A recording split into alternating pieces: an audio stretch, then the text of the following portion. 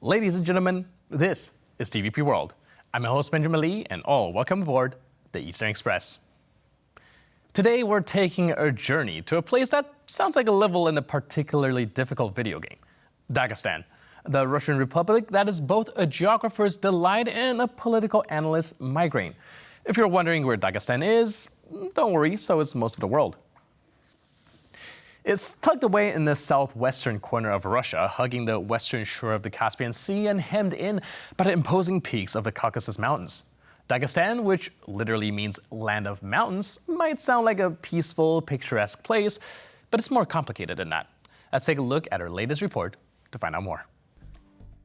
The Republic of Dagestan, located on the southern tip of Russia, is a region of immense historical, religious and geopolitical significance. Flanked by the Caspian Sea to the east, Azerbaijan to the south, and Georgia to the west, it shares a border with Chechnya to the northwest. The name Dagestan literally translates to the land of the mountains. With a population of approximately 2.2 million, Dagestan is one of Russia's most ethnically and religiously diverse regions. The majority of its population, around 83%, are Muslim, with Islam playing a central role in the region's identity. Minority groups include the Tati-speaking Jews and Christians from the Lak ethnicity. This religious and ethnic mosaic has both enriched and complicated Dagestan's history. Its relationship with Russia has been marked by resistance and conflict. The Russian Empire annexation of the region in the 19th century led to widespread uprisings, contributing to the broader Caucasian War. During the Soviet era, communist efforts to secularize the region and minimize religious influence sparked further resistance. The fall of the Soviet Union in 1991 saw Dagestan declare itself a republic within the Russian Federation.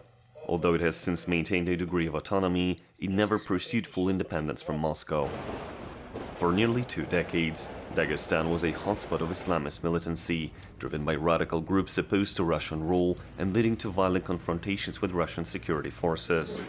By 2017, militant activity has largely subsided, but the legacy of conflict remains. And now let's take a look at the issue in greater detail. Imagine a place where the terrain is as rugged as the political landscape. We're talking about a region that's home to over 30 different ethnic groups and 81 distinct nationalities. Now, this isn't just diversity at this point, this is a cultural mixing pot that makes even New York City seem like it lacks flavor.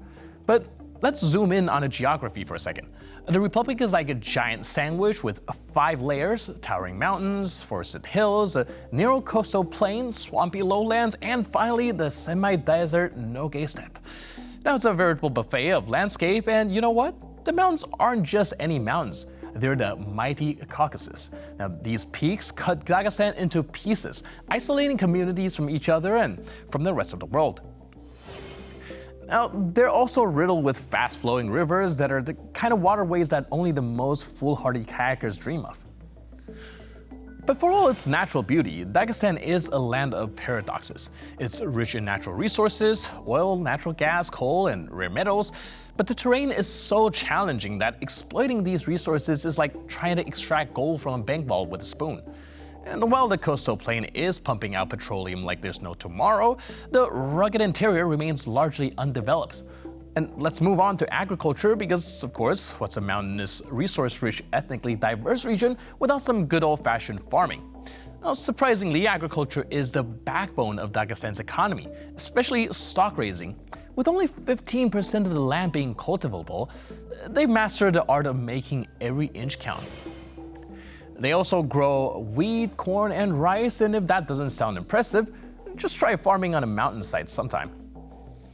But let's not pretend everything is rosy. Dagestan had a rocky history, pun intended. The Russians started poking around there in the 15th century, and by 1813, after a tug-of-war with Iran, they finally annexed the region. By 1921, Dagestan became an autonomous republic within the Soviet Union. But as with many places in the Caucasus, the collapse of the USSR left Dagestan with a cocktail of ethnic tension, organized crime, and a growing wave of Islamic militancy, partly fueled by spillover from neighboring Chechnya. The result? A volatile region where political assassinations and bombings becoming alarmingly common, and where Russian special forces have had to step in more than a few times than they'd like. Dagestan is a place of contrast where beauty and danger coexist, where ancient traditions meet modern challenges, and where every mountain peak casts a shadow as deep as region's history. Now, it is a microcosm of the Caucasus as a whole. Stunningly beautiful, fiercely independent, and incredibly complex.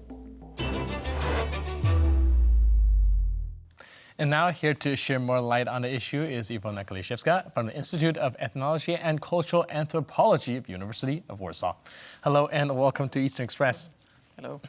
So today we're kind of trying to dissect and break down the situation in Dagestan, and I think I want to go into your area of expertise because one of the things that stand out to me the most is the fact that they have 30 different ethnicities, 80 different nationalities. How do people there jive together? How is that like cultural melding possible, or is it actually not that smooth? Well, they do have different languages, but culturally they're pretty similar, and it's been like that for ages. So they have worked out the ways of resolving like conflict issues. So basically, despite like small like disputes over the land, the communication between different ethnicities has been quite smooth. And the lingua franca is Russian. It used to be like Komek, one of the Turkish languages back like 200 years ago, but now after the Soviet times, it's Russian. So they do have a common language to communicate in. Right, and it's a very mountainous place by geographics. Does that break them down into kind of small cliques within where the terrain is accessible, or is it more like condensed? Well, the terrain is like mountainous, so that's probably where the diversity comes from. Like one valley would speak another language than another valley, but also the Soviet times influenced the preservation of the ethnicities, because it's nothing unusual for the mountains to have like different languages in different parts of the world. But the fact that the Soviet ethnographers were classifying the languages, classifying the ethnicities, it actually reified them. So it made people believe, okay, we are Avaras, we are Targi, we are the other. So funny enough, the ethnicities that the Soviet linguists have and ethnographers have classified, they sort of stayed, and they were even reified and sort of brought to the foreground, where other ethnicities that were equal languages that were, equally important and equally big were kind of forgotten because they were not classified as official. So we can see like big social engineering in places like Dagestan and also other places of the Soviet Union. That's very interesting, the social engineering aspect that you mentioned, kind of give them a box to kind of an expectation to grow into. Do you think that in and of itself, however, would kind of drive any divisiveness between places, categories that are kind of, categorized differently? Well, they do have their local differences, but they have never been reified up to the point for the national movements of each separate ethnicity to go really viral. Like they kind of understood that there are too many for Lesgi people to separate, or Avar or Komek. There were these movements, but they were very small, and they have never gained a bigger social support. Even now, Russian authorities do not really downplay these ethnicities, because it's actually useful to have many different ethnicities that kind of emphasize their distinctiveness.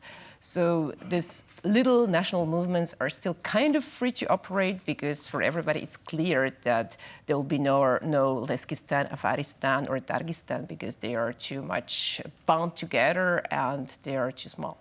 Can you help us understand why it would be in Russian authorities' favor to have this kind of diversity of language, ethnicities, whereas when you look at the mainland, even though they are diverse, they still try to kind of have a unified language? Well, they do have a unified language, and that will not change. Right. It's very unlikely to change. So they basically do not care much. So they would, and of course it's always easier to rule when you have different spheres of influence, different groups, because of course these ethnic groups and clans, because there's also sort of a clan society, they overlap with political, economic influences. So the more you have, the bigger mass you have, the kind of less likely it is for people to come together and claim independence of the whole republic. Because whole republic, if taken separately, is the size of Georgia or Armenia. So it could well function as a separate unit. But with so much of a diversity, it's very unlikely that they kind of come together and say like, okay, there were attempts, but after they saw what happened in Chechnya, they kind of remained on the silent side. Well, we do see the place have like Soviet influence as governed by Russia. Do you think the trajectory of the country would have been different had it not have kind of Russia, Soviet, USSR meddling in it? If it align in any way, shape, or form with more Western nations or China, for example?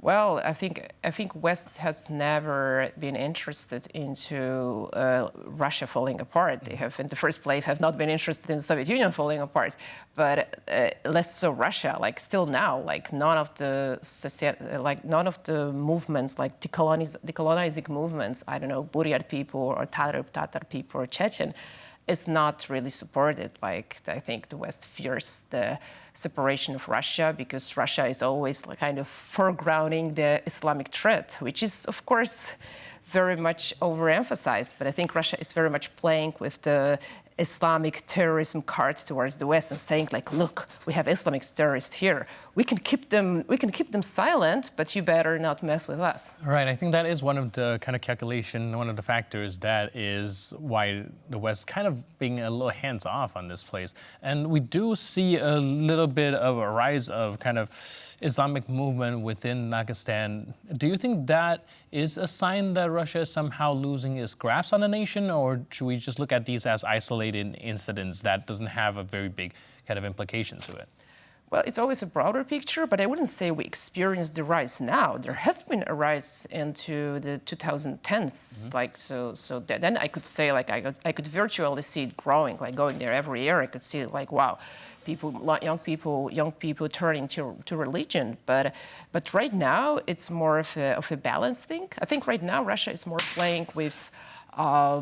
Khorasan, Tajik, they tried to, even like yesterday, Russian propaganda published the news like, well, Islamic threat is still there, migrants are still there, because I think they really want to convince the West that they are fighting Islamic terrorists, that they are good guys, and since the West, and in particular US, is kind of freaking out because of the Muslim terrorism, so they play this card even more, although I think it's very much overblown by the propaganda. Do you think it's been effective so far when it comes to kind of maintaining control over this region?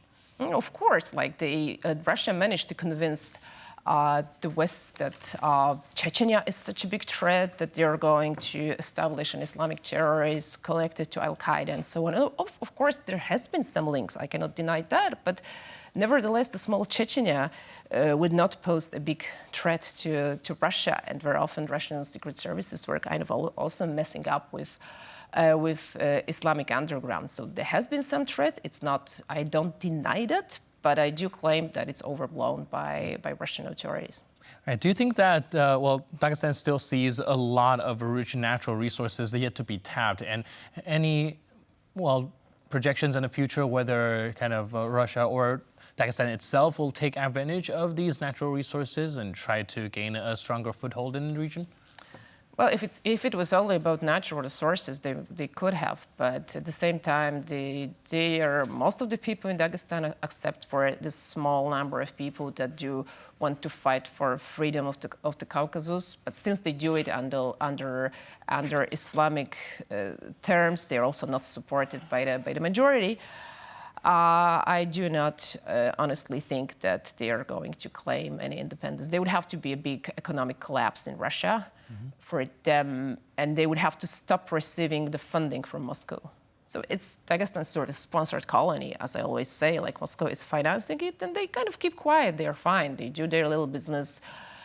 They have basically more freedom of speech than other regions of Russia has, because I think they are sort of, they can say more, like for example, on social media, they still speak pretty openly about the war in Ukraine. Well, they're far away, they're, so the mainland does not probably care that much. And they don't want to, local authorities do not want to involve into taming local people, because local authorities still have kids, they have still their clans.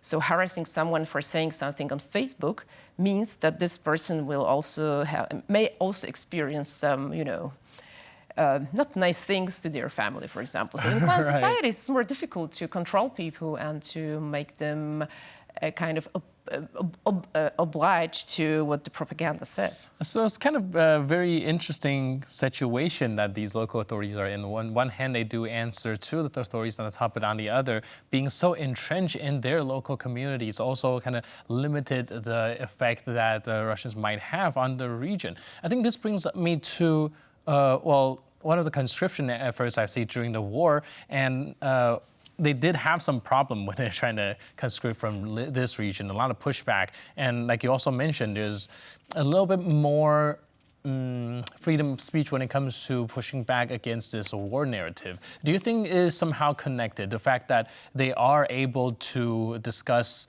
the ongoings of the war in a less narrative controlled way that led to the pushback of this conscription efforts in the region?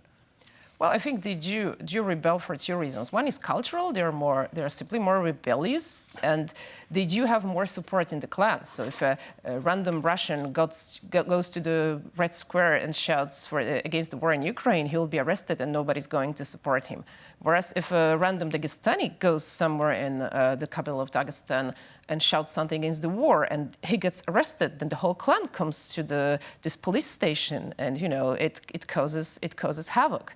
So that's one reason why they leave people alone. Even these protests that were against mobilization, people were arrested, but all of them were let go because they just want this region to keep quiet. It receives the money, and they don't recruit from Dagestan. After the protests, they would never claim it officially, but from what I learned, they stopped recruiting by force. But there are enough conscripts anyway because they pay good money. So this money is pretty decent for people from the villages and other people to join. So they have enough people who would go voluntarily. Not that there's so much patriotism in them, they just go for money. If it was the war in Nigeria, they would join it too. So it's not that they have something against Ukraine. It's, like a job. Right. Last but not least, before you go, we're looking at Dagestan, very picturesque place with so many different ethnicities and cultural backgrounds, languages. What do you find the most intriguing about the place?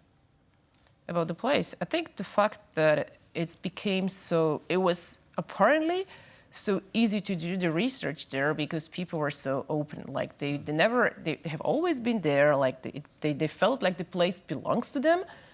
They did not experience the real war like Chechens did. So they were pretty much open to share their visions about the world, and they had courage to do so. So when Russia was kind of tightening its grip on its population, people from Russia were kind of reluctant sometimes to talk to me. Dagestanis were just like, no problem, we don't care what people say, like we just say what we think. So their like internal courage to speak their mind, that's something that always puzzled me, but it kind of impressed me very much. And it's a little bit still like that. Right, the courage to speak their minds, very, very interesting, very intriguing. Thank you so much for all your input and insight into this region. Thanks again for being with us on Eastern Express. Really appreciate it. Thank you. And now we're moving on to the Eastern News Flash, a series of all the other stories from the East that you don't want to miss. Now, Lithuania has banned the entry of all cars registered in Belarus, regardless of the owner's or driver's citizenship. This move follows similar actions by other Baltic states. Cars registered in Belarus will no longer be able to enter Lithuania. The new measure expands upon the restrictions introduced earlier in July, which allowed entry for vehicles not intended for sale and those belonging to Belarusian citizens with valid visas or resident permits in EU countries. All the Baltic states have paved the way for the move, with Latvia banning the entry of passenger vehicles with Belarusian registration plates. Estonia has also followed suit, implementing its own ban of Belarus-registered vehicles. The coordinated approach by the Baltic states appears to be part of a broader strategy to restrict vehicular movement from Belarus into the European Union. The Russian division of Austria's Raiffeisen Bank has announced it will suspend foreign currency transfers. This decision comes in response to pressure from the European Central Bank for Raiffeisen to reduce its operations in Russia. From September 2nd this year, most clients of the Russian division of Austria's Raiffeisen Bank will no longer be able to make foreign currency transfers. The suspension will affect nearly all clients, except for a limited number of large and international businesses. However, ruble transfers to countries that accept them will remain unaffected. Raiffeisen Russia had already stopped processing outgoing payments in US dollars earlier this summer and suspended euro transfers to several former Soviet republics in July. This largest foreign bank operating in Russia has been gradually scaling back its operations there following Russia's full-scale invasion of Ukraine. The president of Kosovo has emphasized the need to open the main bridge in the city of Mitrovica in northern Kosovo, despite security concerns from international partners. The bridge, which divides the city into an Albanian majority south and a Serb majority north, has been a point of contention since its closure to vehicle traffic. The recent announcement of the bridge's opening sparked protests from Serbs in northern Kosovo, who fear increased ethnic tensions. NATO and the Quaint group, comprising of the US, France, Germany, Italy and the UK, have also expressed reservations, citing potential violence and threats to NATO soldiers. The bridge, revitalized with the help of EU funding, was initially set to open in 2017, but remains accessible only to pedestrians. US Ambassador to Kosovo Jeffrey Hovenier highlighted the risk associated with opening of the bridge now, suggesting it could lead to conflict and a greater NATO presence. Kosovo President Vjosa Osmani, however, insists that the bridge must absolutely be opened in a manner that ensures it remains permanently accessible without provoking conflict with Kosovo's allies. NATO forces have maintained peace in Kosovo since 1999, following the Western military intervention against Serbian forces. According to UNESCO, at least 1.4 million Afghan girls have been barred from attending secondary school since the Taliban's return to power in 2021. Now, this alarming statistic highlights the severe regression in access to education for girls in Afghanistan, reversing nearly 2 decades of progress. The Taliban policies have led to a significant drop in school attendance, with 1.1 million fewer children, boys and girls, now attending primary school. The restrictions on female education have been described by the United Nations as gender apartheid, severely limiting opportunities for Afghan girls and women.